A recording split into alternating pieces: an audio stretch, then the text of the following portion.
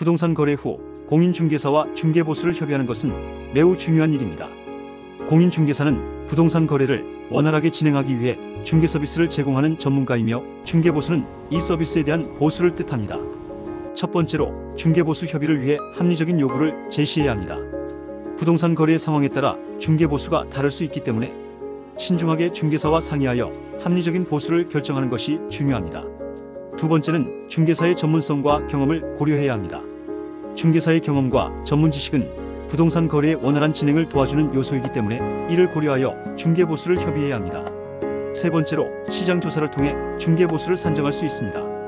현재 시장 상황과 유사한 부동산 거래의 중개보수 수준을 조사하여 이를 기준으로 협의하는 것이 도움이 될 수 있습니다. 네 번째는 서비스 품질과 결과에 따라 중개보수를 결정할 수 있습니다. 중개사의 서비스 품질과 거래 결과에 따라 중개보수를 결정하는 것이 합리적일 수 있으며, 서비스에 대한 만족도를 고려하여 협의할 수 있습니다. 안녕하세요. 오늘은 부동산 거래 후 공인중개사와 중개보수 협의하는 방법에 대해 알아보겠습니다. 부동산 거래 후에는 중개인과의 수수료 협의가 필수적입니다. 특히 처음으로 집을 매매하는 분들은 고민이 많겠죠.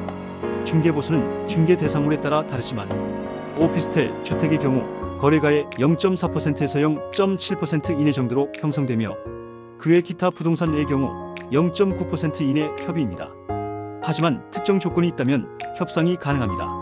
먼저, 계약 후 공인중개사에게 중개보수를 조율해달라고 말하기에 앞서 계약 체결 전에 중개사와 충분한 소통이 필요해요. 예를 들어 아파트 매매 중 4억을 주고 거래한다면 중개보수는 최대 176만원이지만 고객의 상황과 요구에 따라 150만원으로 협상하는 사례도 있습니다. 가장 중요한 것은 공인중개사와 여러분 모두 사전에 솔직한 대화가 중요합니다. 감정적으로 대면하기보다는 객관성을 유지하세요. 계약의 당사자 앞에서 계약 중에 중개보수를 조율해달라고 한다면 서로에게 형평성의 문제로 협의해 드릴 수 없습니다. 상대방의 입장을 이해하고 서로 협력적인 관계와 대화를 이어가세요. 모든 일정이 마무리되면 감사 인사도 잊지 마세요. 서로의 신뢰를 쌓는 것이 중요합니다.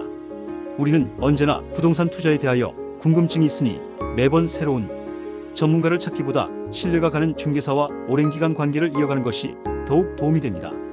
공인중개사의 성실한 중개나 서비스를 받고 싶으시다면 주변 분들에게 이전 거래의 편판을 활용하세요. 이제는 일반적인 사례들을 알려드릴게요. 신도시 지역의 경우 협상이 더 용이합니다. 이유는 새로 지어진 매물이 많기 때문에 매물이 많아 부동산끼리의 경쟁도 치열하기 때문입니다.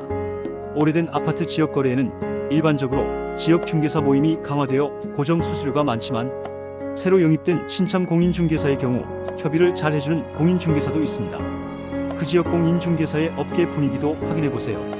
부동산 경기가 좋지 않아 거래가 잘 이루어지지 않을 때 같은 주요 외부 요인도 영향을 미칠 수 있습니다. 이제는 서로에 대한 관계로 공인중개사에게 피드백을 받고 조정할 여지를 남겨두는 것도 전략입니다. 중개보수 협의든 어떤 내용이라도 질문이 있다면 망설이지 않고 질문하세요. 정직한 협상이 최선의 결과로 이어질 것입니다. 공인중개사는 여러분의 재산을 지켜주는 파트너입니다. 좋은 거래 후에도 관계를 유지하는 것이 매우 중요합니다. 여러분의 부동산 거래가 좋은 방향으로 나아가길 바랍니다. 이 정보가 도움이 되셨다면 좋아요, 구독, 기분 좋은 댓글 부탁드립니다. 중개사와 배려하는 협상이 여러분의 성공적인 거래를 이끌어낼 것입니다. 오늘의 팁을 잘 기억하세요. 부동산 거래는 광명역 호박 부동산입니다.